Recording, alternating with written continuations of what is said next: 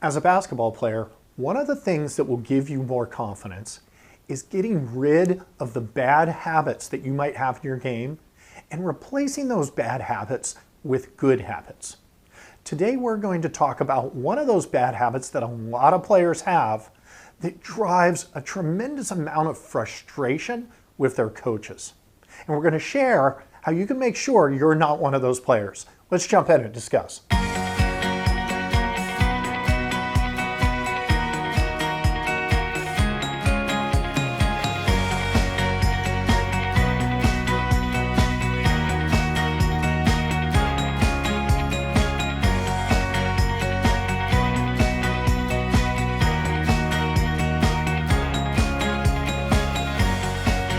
Welcome back to Hard Smart Together.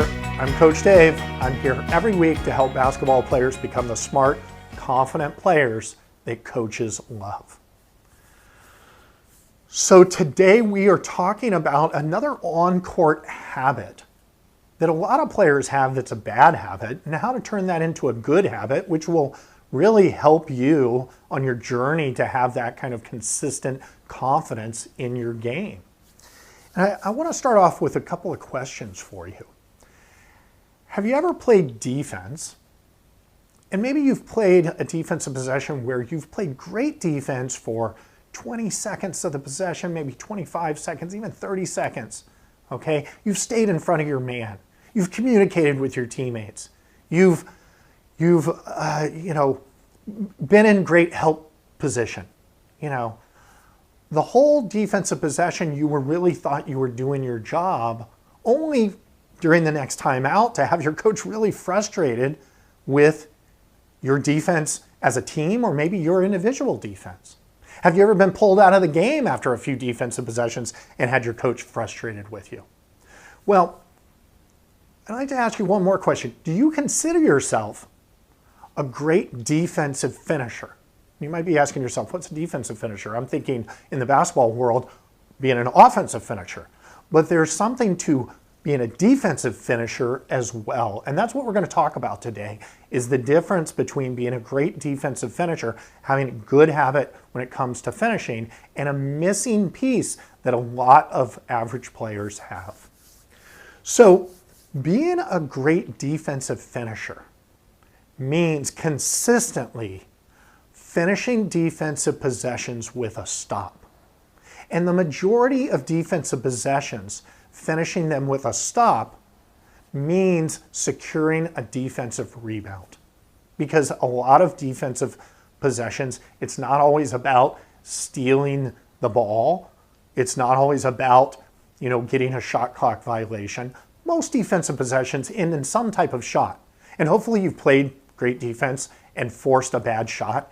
But you've got to finish the defensive possession with a defensive rebound.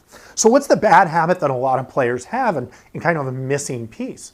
The bad habit that a lot of players have, and it is a habit that they've learned over time throughout their playing career, is when a shot goes up, they look for the rebound, they look for the ball, and then they jump and pursue the ball.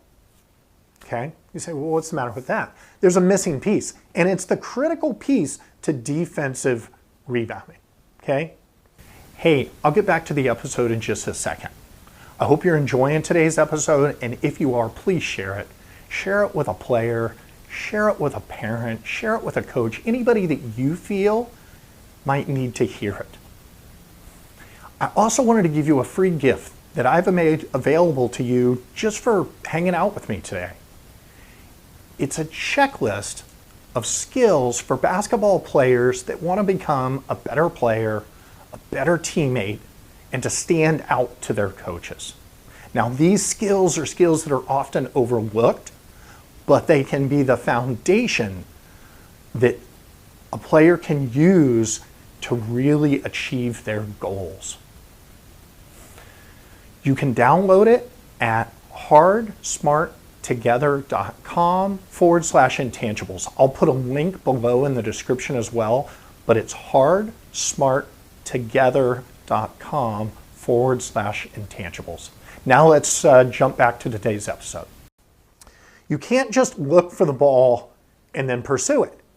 you have to, as a defensive player, you need to make contact with an offensive player.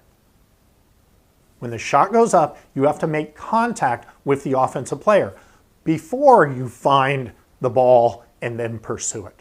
Okay, and that's a missing piece that most players just have gotten in the habit of, I'm going to look for the rebound and then I'm going to go and jump for the rebound. Okay? Well, that missing piece, traditionally we've called boxing out.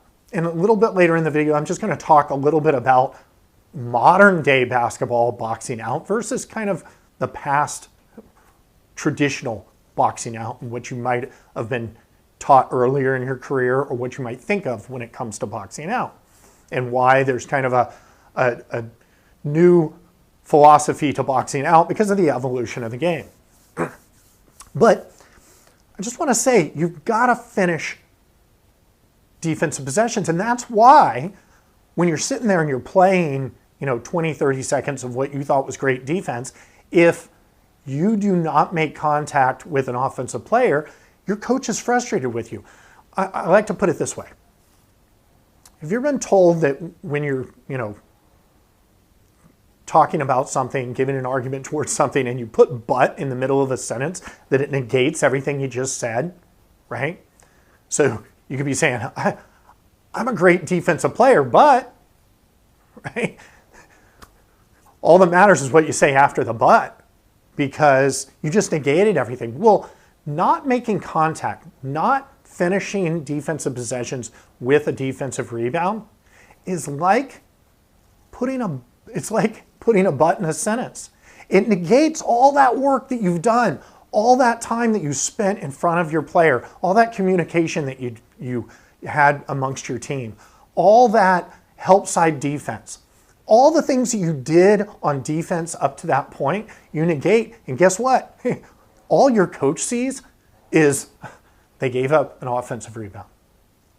And that drives coaches crazy. Coaches can't stand giving up extra possessions. Okay? You did all that work and you didn't do that one thing, that one little habit, which is making contact. So, I want to talk a little bit about modern day basketball box outs versus, past box outs. Maybe as a smaller kid, or maybe you've seen, times where you've been taught, you turn your back to the offensive player and you kind of hold them off while the ball comes off the rim. Okay? And if everybody on the team does that, the philosophy is the ball's supposed to drop down and you can easily, because you naturally have inside position as a defensive player, you guys get the ball. Okay?